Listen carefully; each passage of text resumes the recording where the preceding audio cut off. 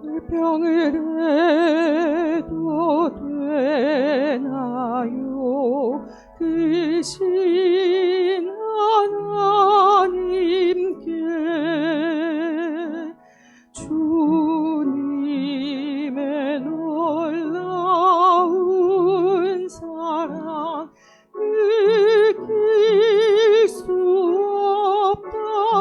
없다고.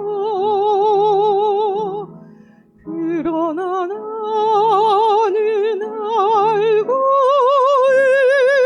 있어요. 나를 온전케 하신 그분을 주 예수만이 오직 내 모든 능력 주신 주.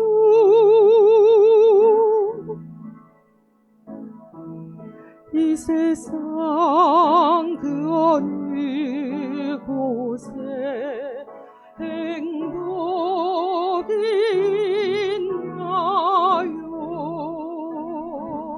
이 땅의 모든 사람들 평화 원합니다. 그러나 평화의 왕 주님 없이는 아무도 찾을 수 없어요. 오 주 예수만이 오직 온 세상 평화 주신 주. 주 예수만이 오직 온 세상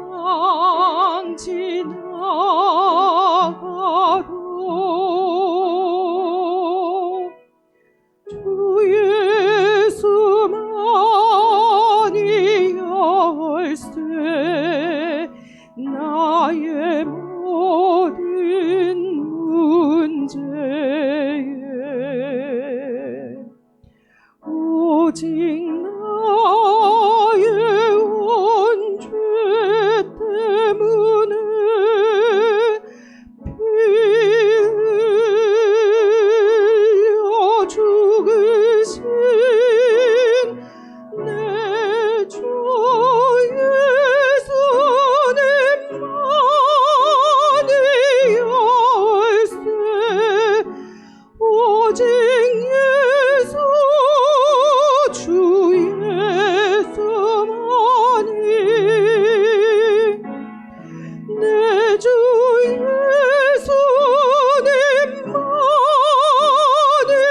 열쇠 오직 예수 주 예수만이.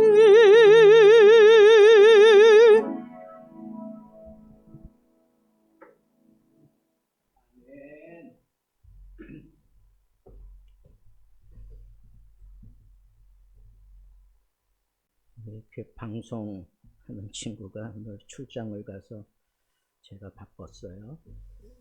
자, 오늘은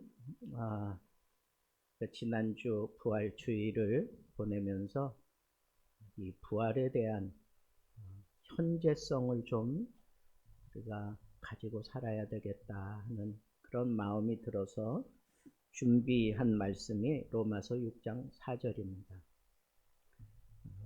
부활은 사건이 아니라 현재의 능력입니다. 이게 오늘 제가 여러분들과 함께 나누고자 하는 주제예요. 그래서 이 로마서 6장 4절 한 절이지만 여러분 이 말씀을 조금 깊게 조금 터치해도 될 것 같아요. 여러분들은 말씀을 그래도 충분히 잘 아시는 분이라고 하는 생각이 들기 때문입니다. 여러분들의 삶은 예수 그리스도의 부활을 경험하고 난 이후 달라진 면이 있습니까? 여전히 같은 죄에 넘어지고 여전히 같은 분노를 쏟아내고 여전히 같은 절망 속에 머물러 있다면 여러분들은 부활을 믿는 것이 아니라 그냥 알고만 있는 거예요. 그러니까 부활은 현재의 능력이기 때문에 그 부활은 나를 변화시키기에 충분합니다. 그래서 이런 질문을 던진 거예요. 십자가는 붙잡고 있지만 부활은 놓치고 사는 사람들이 우리 가운데 참 많구나 하는 것을 느껴봅니다. 십자가는 용서를 말하는데 부활은 변화를 말하는데 우리는 그에 따른 삶의 모습이 드러나지 않고 있기 때문에 어쩌면 우리가 믿는 이 믿음은 반쪽짜리가 아닌가 하는 그런 생각을 하게 된다는 겁니다. 그래서 저는 오늘 본문 말씀을 조금 이렇게 좀 살펴볼 거예요. 어떻게 살펴보느냐? 이 본문이 헬라어로 되어 있는데 여러분 헬라어 어렵지 않아요. 헬라어에서 영어가 나왔고 영어를 또 우리 한국이 잘 번역했기 때문에 그냥 제가 이제 강조점을 두는 건 뭐냐 하면 이 부활이 왜 현재성인가 하는 것을 우리는 하나님의 말씀이 그렇다 그러면 우리는 믿는 사람들이잖아요. 그죠? 그러니까 말씀을 한번 점검해 보자 이거예요. 여기 보니까 함께 장사되었다 그랬어요. 예수 그리스도와 내가 함께 장사되었다 그랬는데 이거는 그리스도와 함께 내가 완전히 묻혀버렸다 그거예요.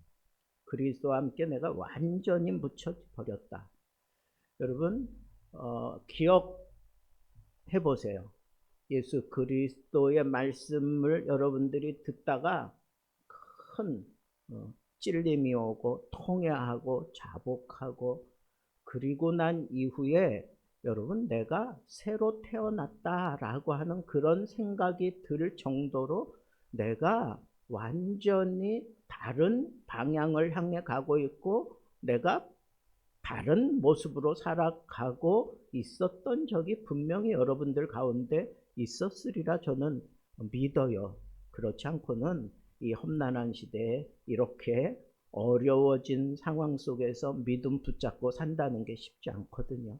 분명한 그런 도전이 있었고 그런 경험이 있었기 때문에 그래요.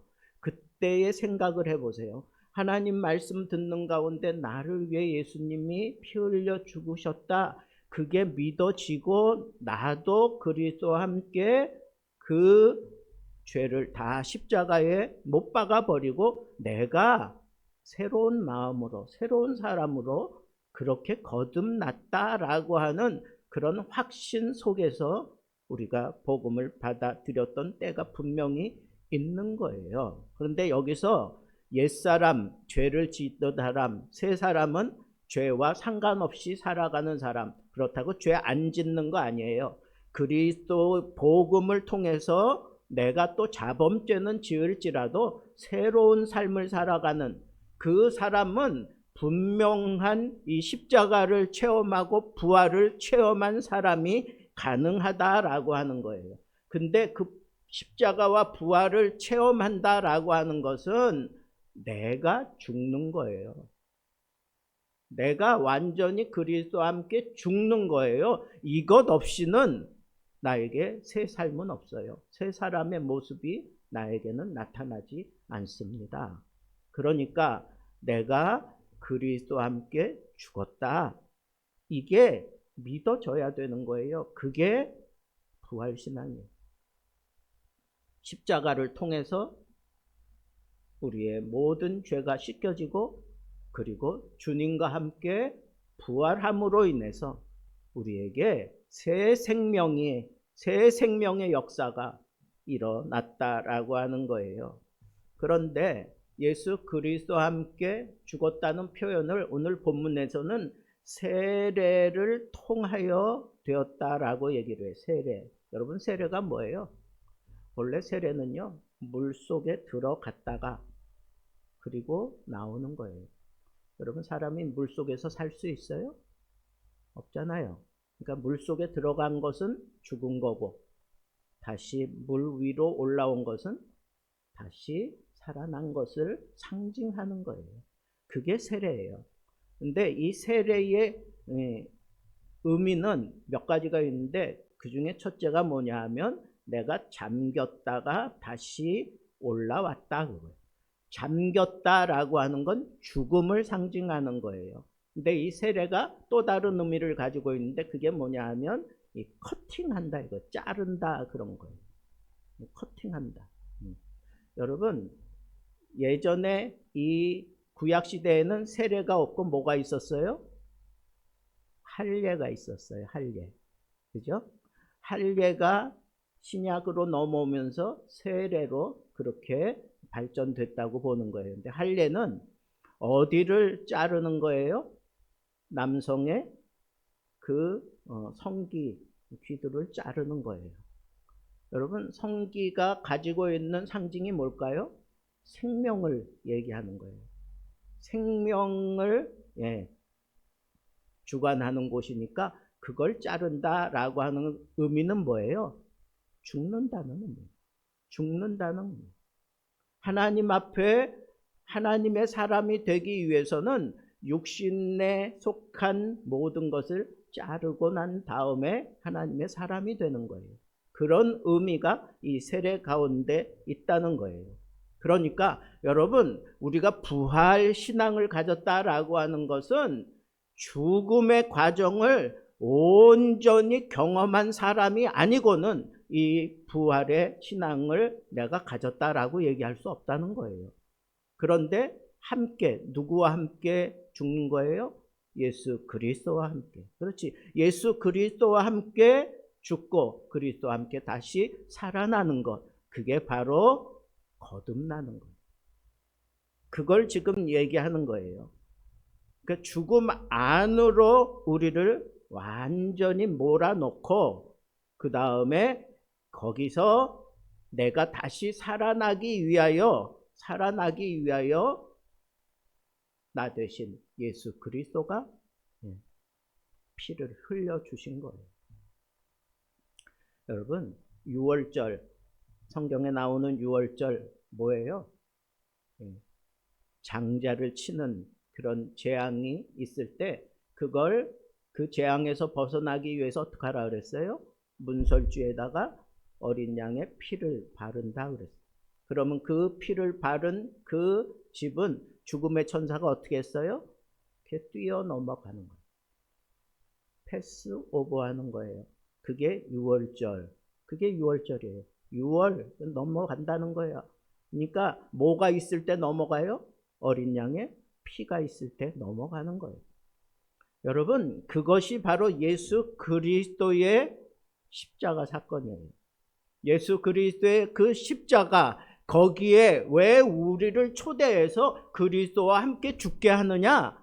그건 바로 예수 그리스도 때문에 우리가 이 죽음에 머물러 있는 게 아니라 사실은 죽음의 천사가 뛰어넘어가는 거예요. 그리고 예수 그리스도가 십자가에 매달려 있는 분이 아니고 십자가를 통하여 예수 그리스도는 사흘 만에 다시 살아나셨잖아. 예수 그리스도 안에서 그리스도와 함께 죽었던 우리들이 예수 그리스도가 다시 부활하면서 다시 살아나셨다는 거예요. 살아난 거예요. 그게 바로 예수 그리스도를 영접한 사람들이 누리는 새 생명의 역사예요. 여러분, 왜 죽었어요? 살아나기 위해서 죽은 거예요. 우리는 죽음 그러면 그걸로 끝났다고 생각하는데 아니에요. 왜 죽어요? 살아나기 위해서. 저는 이 말씀을 준비하면서 참 우리가 반쪽짜리 그런 믿음을 가지고 참 허덕이며 살아온 게 맞구나 하는 생각이 들어요. 하나님은 왜 우리를 이렇게 심각한 상황으로 막 몰고 가시는지. 저는 개척하면서 개척교회가 어렵다는 얘기를 옛날에 참 많이 들었는데 그게 막 현실이 되니까 막 하나님 앞에 뭐 따지기도 하고 불평도 하고 왜 납니까? 라고 그러기도 하고 막 여러 가지 생각이 많이 들었는데 어제는 제가 이 말씀을 곰곰이 묵상하다가 내가 내 믿음은 참 반쪽짜리 하는 그런 생각이 많이 들었어요. 하나님이 나를 은혜로 그리고 평안하게 인도할 때에는 뭐 그냥 하나님 최고 그러다가 힘든 상황이 생기면 그때는 나도 이스라엘 백성들이 광야에서 막 하나님 앞에 막 불평, 원망 그런 게 그냥 생각지 않게 그냥 툭툭 튀어나오나 봐. 내 마음은 안 그런 것 같은데 저 밑바닥에는 그게 깔려 있나 봐요. 그게 그냥 갑자기 내가 살기 위해서 막 방치수를 올리고 막 스트레스가 되고 그러는가 봐요.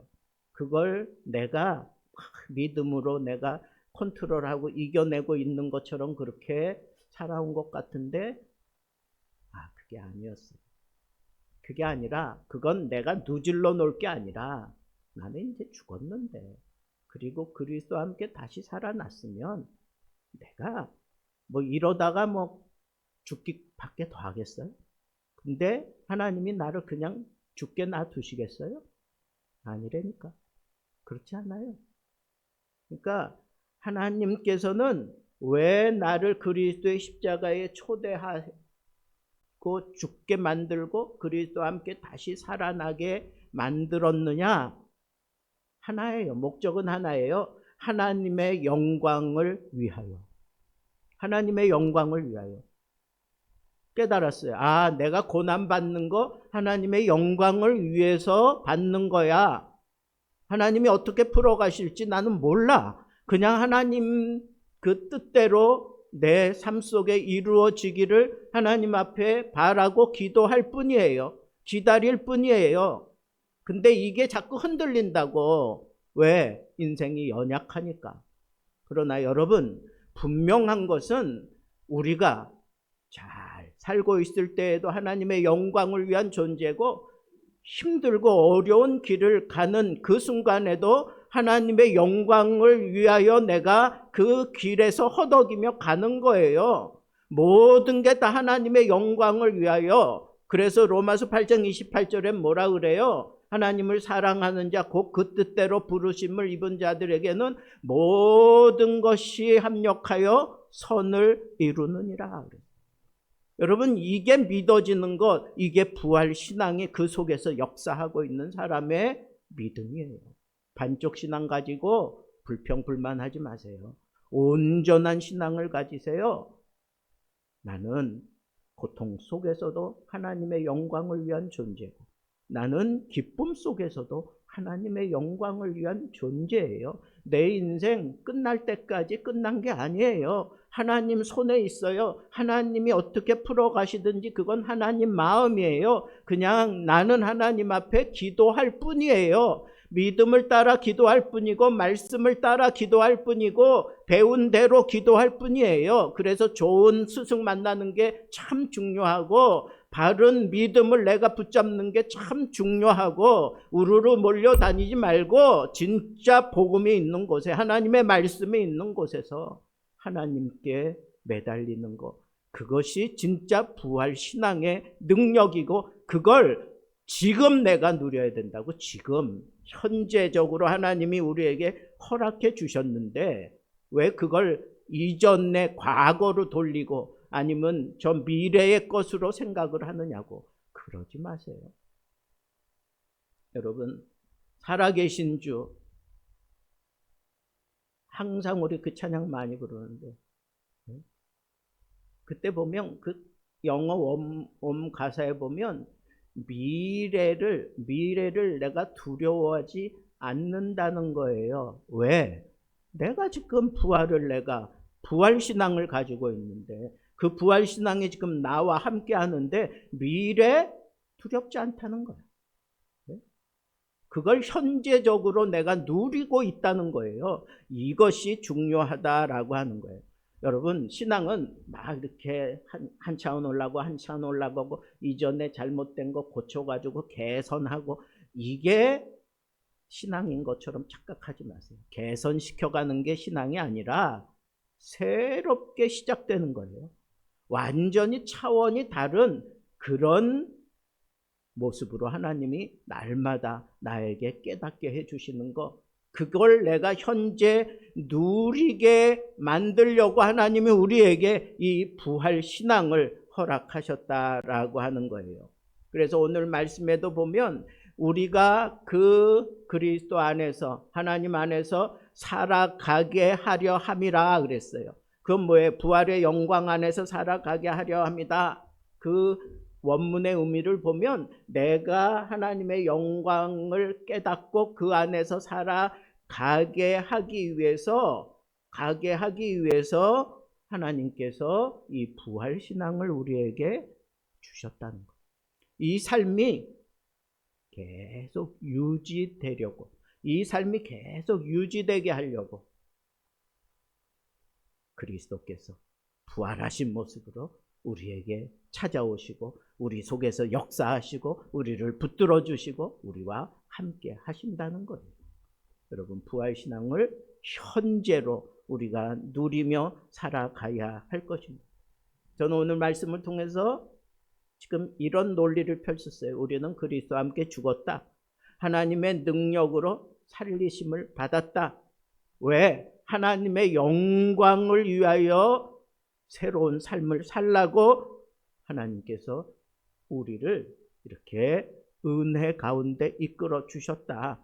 그것을 깨달은 자는 지속적으로 그걸 누리며 살아야 된다. 이게 오늘 말씀의 전부예요. 그래서 여기서 중요한 원리 있어요. 첫째는 그리스도와 연합하는 거예요. 그리스도와 함께 죽고 함께 사는 거예요. 그 다음에 둘째는 함께 죽고 함께 살면서 내가 이전에는 내 멋대로 내가 뭐 그렇게 살다가 그리스도와 함께 살면서, 그리스도와 함께 죽고 그리스도와 함께 살면서 나에게 주어진 이름이 뭐예요? 그리스도인이야. 그리스도인. 그리스도가 많아요? 인이 많아요? 그리스도가 많아. 누가 주관해 가야 돼요? 그리스도가 주관해 가는 거예요. 내가 주관해 가려고 하는 건 부활의 권능을 모르는 사람이야. 내가 주관하려고 할 때마다 이 부활의 능력이 사그라듭니다. 그러니까 우리의 정체성을 분명히 알아야 돼. 내가 사는 것은 내가 사는 게 아니에요. 내가 그리스도와 함께 십자가에 못 박혀 죽었나니 그런즉 이제는 내가 사는 것이 아니요 내 안에 그리스도께서 사신 것이라. 그리스도께서 사신 것이라. 이제 내가 육체 가운데 사는 것은 나를 위하여 자기 몸을 버리신 하나님의 아들을 믿는 믿음 안에서 사는 것이라. 하나님의 아들을 믿는 믿음, 그것이 바로 부활신앙이에요. 내가 이 세상 살아가면서 부활신앙을 내가 누리며 살아가는 것은 내 정체성을 분명히 할 때 가능해. 나는 그리스도의 사람이에요. 나는 그리스도의 사람이야. 내 멋대로, 내 생각대로, 내 의지대로. 왜 기도에 응답이 없어요? 내가 내 멋대로 내 욕심껏 막 구하니까 응답도 없는 거예요. 그리스도 중심으로 우리는 살아야 합니다. 세 번째는 내 삶이 그러기 때문에 그리스도의 그 정체성을 가진 사람들은 삶의 방향이 달라졌고 삶의 모습이 달라졌기 때문에 삶의 변화가 나타날 수밖에 없어요. 이게 현재적으로 내가 받아들여야 될 것이기 때문에 그것을 받아들인 사람들은 능력을 내가 보여주며 살아요.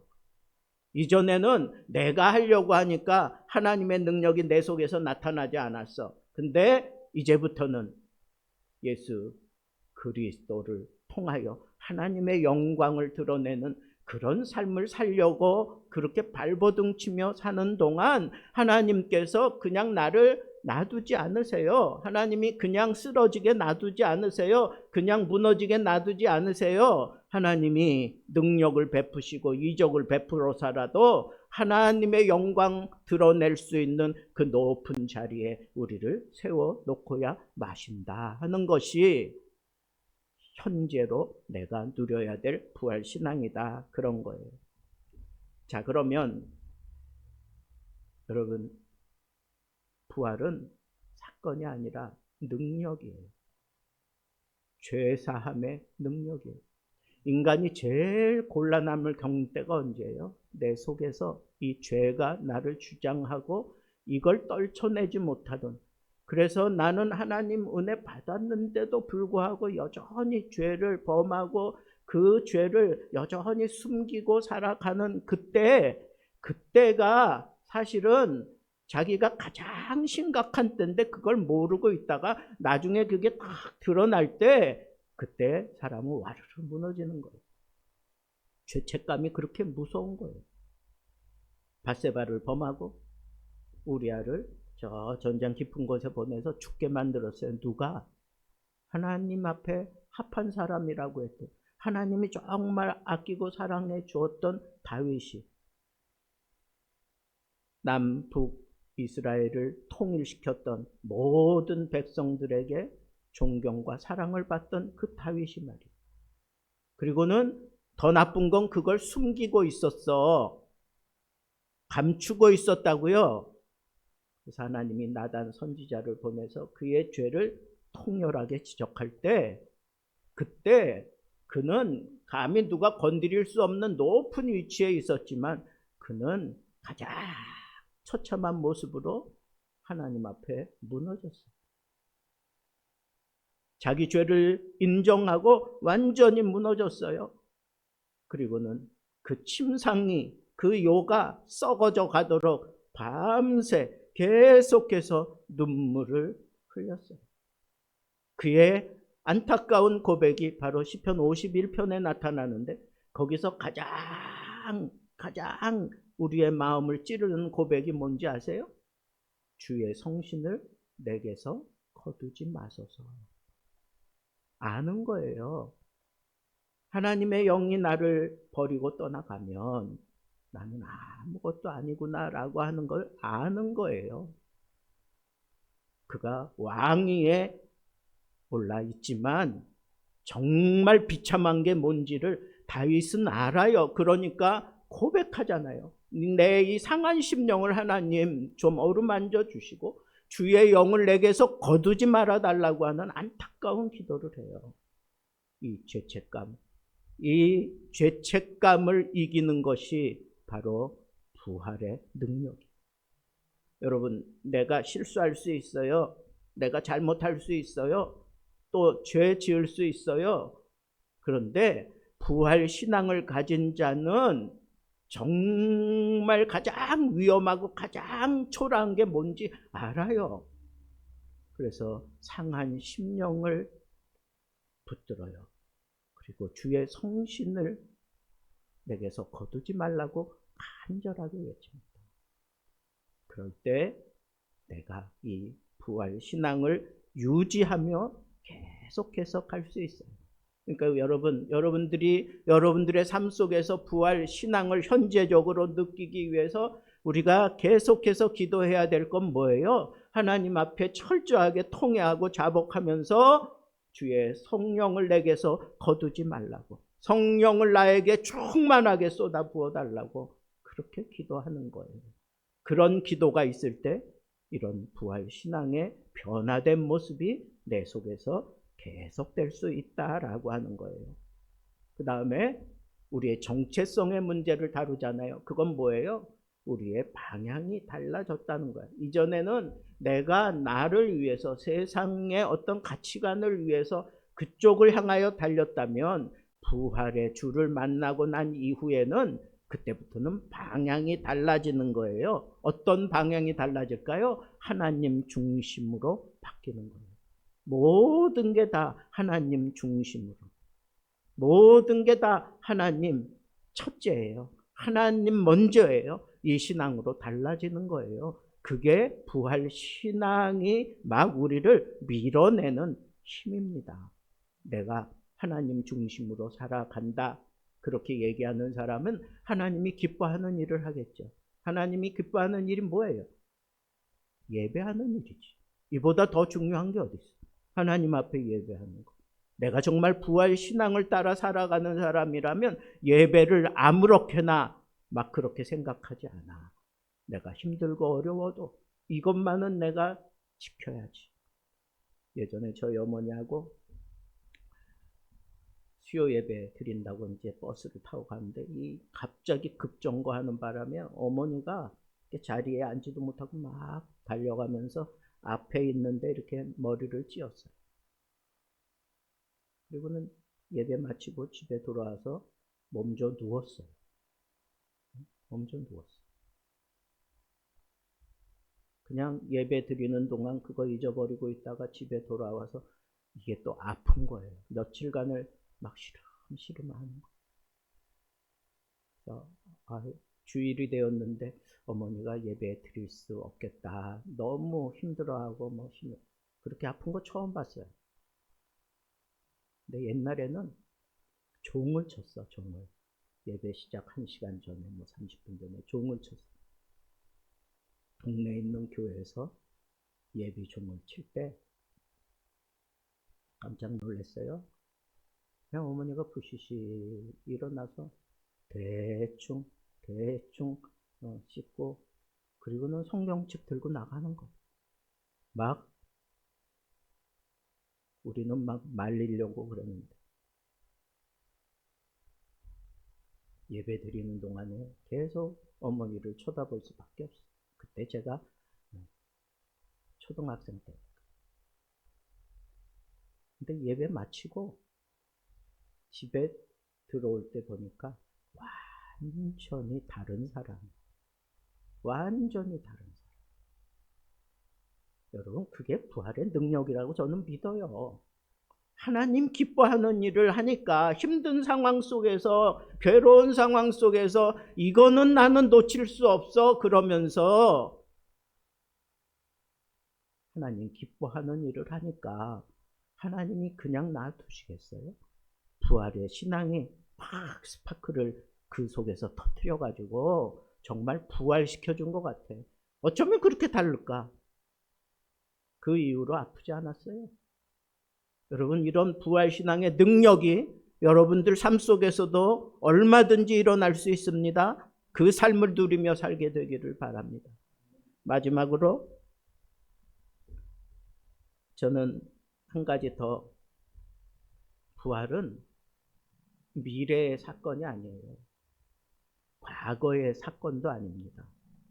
부활은 현재 내가 누려야 될 사건이에요. 오늘의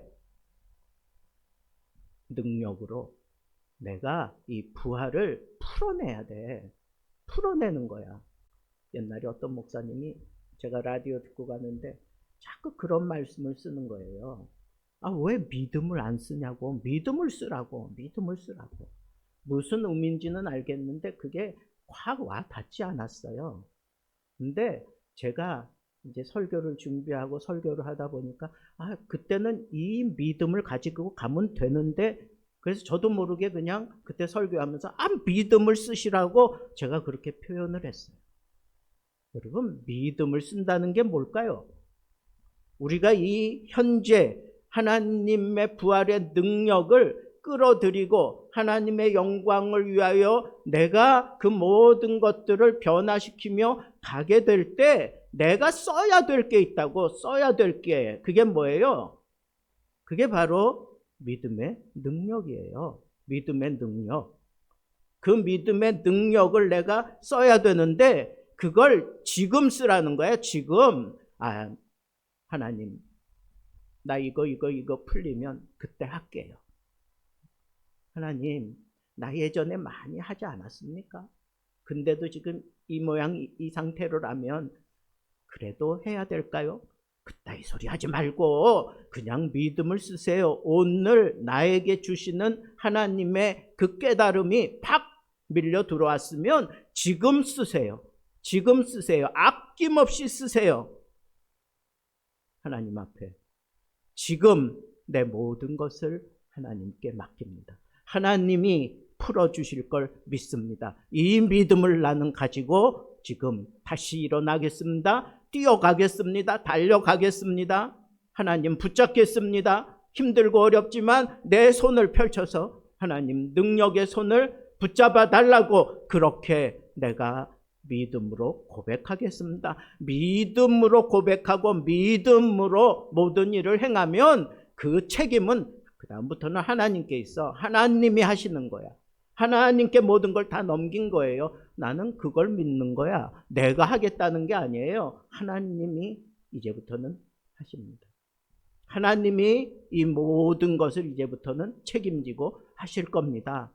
여러분, 부활신앙 내 속에서 온전히 이루어지게 만들려면 믿음을 쓰셔야 합니다. 믿음을 쓰세요. 그래서 내가 이 모든 것들은 다 하나님의 말씀을 따라 하나님의 영광을 위하여 내가 이렇게 하는 것인데, 하나님, 나는 연약하지 않습니까? 나는 또 무너지지 않습니까? 나는 부족합니다. 나는 무능합니다. 그러나 하나님이 내게 주신 이 마음은 내가 부인할 수도 없고 숨길 수도 없으니 이거 나는 믿습니다. 하나님이 풀어주십시오. 이제부터는 하나님이 하셔야 될 일만 남았습니다. 라고 믿고 가는 거, 그게 바로 믿음이에요.